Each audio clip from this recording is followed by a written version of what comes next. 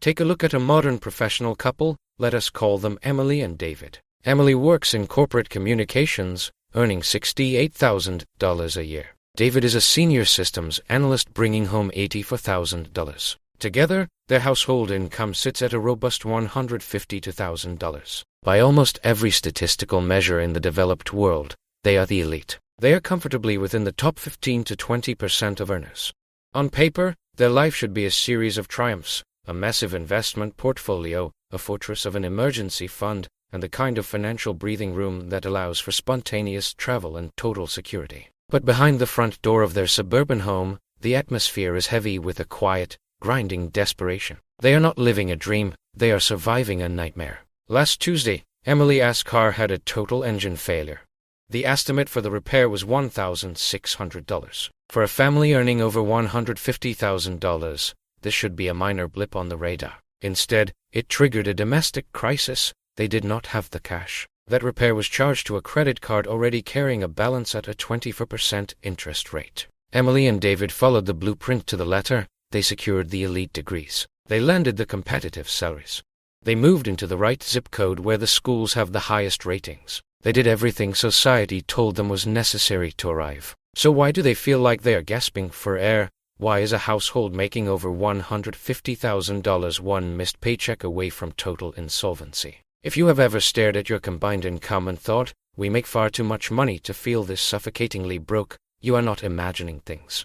You are not just bad with money, you have been caught in a systemic trap that has been decades in the making. This is the dual income deception, and today, we are going to dismantle the mechanics of why you are working twice as hard for half the result. To find the root of the rot, we have to look back 50 years. In the early 1970s, the economic landscape was unrecognizable. Only about 44% of women were in the labor force. The default setting for a middle-class family was a single breadwinner. The most staggering realization for people living today is that one income was more than sufficient. A median-priced home in 1970 was roughly $25,000. Even when you adjust for every penny of inflation, that is only about $110,000 in today's value. Compare that to the current market, where the median home price has soared past $430,000. Housing did not just become more expensive, it became a battlefield. Back then, a single income could secure a home, a car, and a future. But more importantly, that family had a safety valve. If the husband lost his job or suffered an injury, the wife who was not currently working could step into the job market. It was an untapped reserve of labor. The family was essentially living on 50% of its potential power, keeping the other 50% in the bank for a rainy day. The shift happened when two incomes became the norm rather than the exception. Initially, it felt like a shortcut to wealth.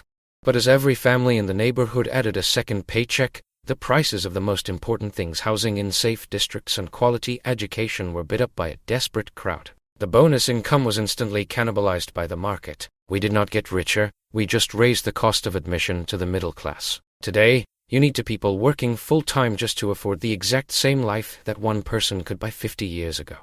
Let us perform a cold, hard audit of David's $84,000 salary. Emily thinks this second income is the key to their freedom. The reality is far more sinister. First, consider the progressive tax ceiling. Because Emily already earns $68,000, every single dollar David brings home is taxed at the highest possible bracket for their joint filing. After federal income tax, state tax, and payroll deductions, his $84,000 effectively evaporates into about $58,000 of actual take-home pay. Next, we factor in the professional child care levy. In the 1970s, this cost $0 because a parent was present. Today, for two children in a high-quality facility, you are looking at $28,000 to $35,000 annually. Now, look at the exhaustion surcharge. When both parents are grinding 40 to 50 hours a week, domestic management becomes a luxury they can no longer afford. They pay for convenience to save their sanity. They spend $6,000 a year on food delivery because they are too drained to cook. They spend $3,000 on house cleaning and yard maintenance because their free time has become too precious to spend on labor. When you subtract the second car, the fuel, the professional wardrobe, the taxes, and the childcare, David's $84,000 salary nets the family a grand total of maybe $9,000 of actual spendable wealth. David is spending 2,000 hours a year away from his family to contribute less than $5 per hour to their bottom line. He is not building a future, he is merely paying for the privilege of having a job. The most terrifying aspect of this trap is the total loss of financial margin. The 1970s family was a resilient unit. The modern dual-income family is a high-performance engine running at redline with no coolant. Because their fixed expenses, the massive mortgage, the two-car notes, the private tuition are all calculated based onto salaries, they have no room for error. They are living at 100% of their capacity. If Emily gets laid off tomorrow, the family does not just cut back. They lose the house. They have already deployed their backup plan as their primary strategy. There are no more reserves to call up. This is the reason why statistics show that dual-income couples are actually more likely to experience a total financial collapse than single-parent households were in previous generations. They have zero redundancy. They are flying a plane with two engines, but the plane is so heavy it requires both engines just to stay level. If one fails, the crash is inevitable. To understand why Emily and David continue to run this race despite the exhaustion, we have to look at the psychological infrastructure of the modern economy. We are not just trapped by math, we are trapped by a sophisticated system of social signaling. In the 1950s and 60s, keeping up with the Joneses was a localized phenomenon. You compared yourself to the person living next door. But today, thanks to the digital panopticon of social media, the Joneses are no longer your neighbors. They are the top 1% of influencers and ultra-wealthy individuals whose curated lives are broadcast directly into your brain 24 hours a day. When a dual-income couple makes $150,000, they do not compare themselves to the median earner. They compare themselves to the image of the good life projected by billion-dollar advertising budgets. This creates standard of living escalation. Every time Emily gets a raise, the floor of what she considers acceptable rises. Suddenly, the mid-range SUV is not enough. It has to be the luxury European model. The vacation to a local lake is replaced by an all-inclusive resort in the Caribbean. These are not seen as luxuries anymore. They are seen as the rightful rewards for their grueling work weeks. But here is the trap. Each of these rewards comes with a maintenance cost. The luxury SUV has higher insurance and a larger monthly note. The resort vacation is paid for with a credit card that adds another monthly minimum payment. By the time they return to work, the reward has actually increased the pressure to never stop working. They are buying their own shekels and calling it success. One of the primary drivers of the two-income trap is the collapse of the neighborhood school as a reliable institution. In the middle of the 20th century, the quality of public education was relatively flat across most middle-class areas. That is no longer true. We have entered an era of educational hyper-competition. Today, the difference between a school district rated a 4 and one rated a 9 can mean the difference between a child's future at an elite university or a life of struggling. Parents know this, and because they know it, they are willing to weaponize every cent of their second income to buy their way into the best districts. This has created a bidding war for zip codes. When you look at the price of a house in a top-tier school district, you are not just paying for bricks and mortar. You are paying a private tuition premium disguised as a mortgage payment. If you have two incomes, you can qualify for a $600,000 mortgage. If you have one, you might only qualify for $300,000. In a market where everyone has two incomes, the $600,000 house becomes the entry-level home for a good school. You are forced to deploy both earners just to give your children a fair start. The public school system is no longer free. It has been privatized through the real estate market.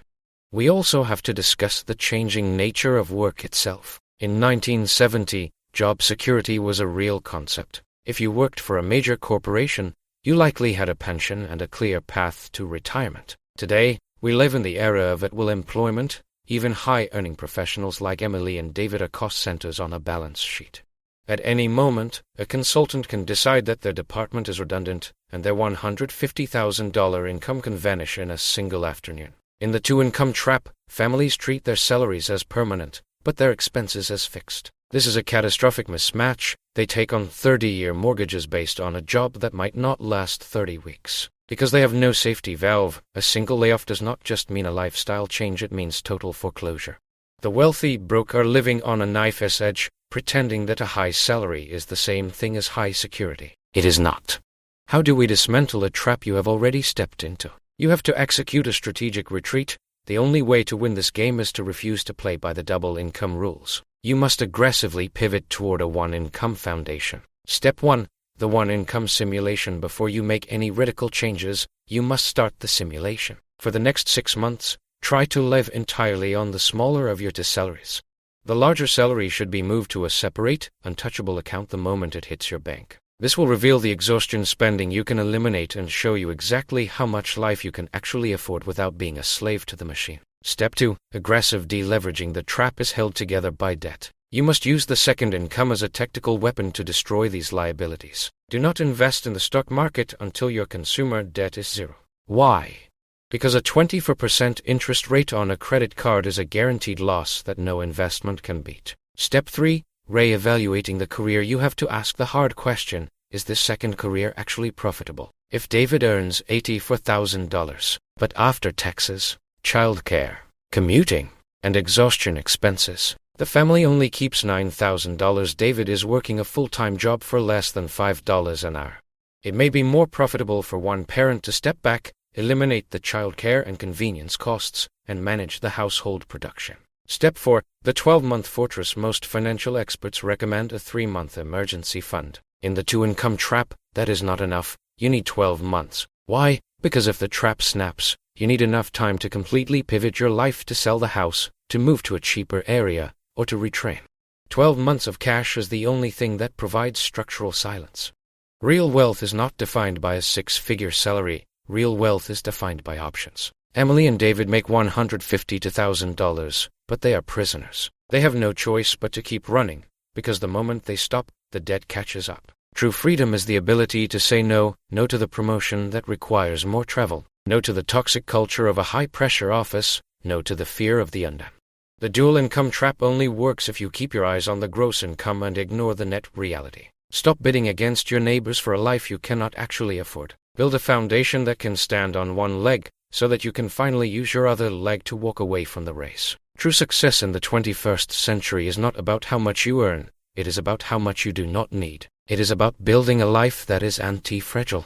When Emily and David finally decided to downsize and to live on David's salary alone, they did not feel poor. They felt lighter. The arguments about money stopped. For the first time in a decade, they were not working to pay for their life, they were living their life. The trap only works if you keep running. The moment you stop, the moment you decide that enough is better than more, you are free. Stop being wealthy broke. Start being resiliently free.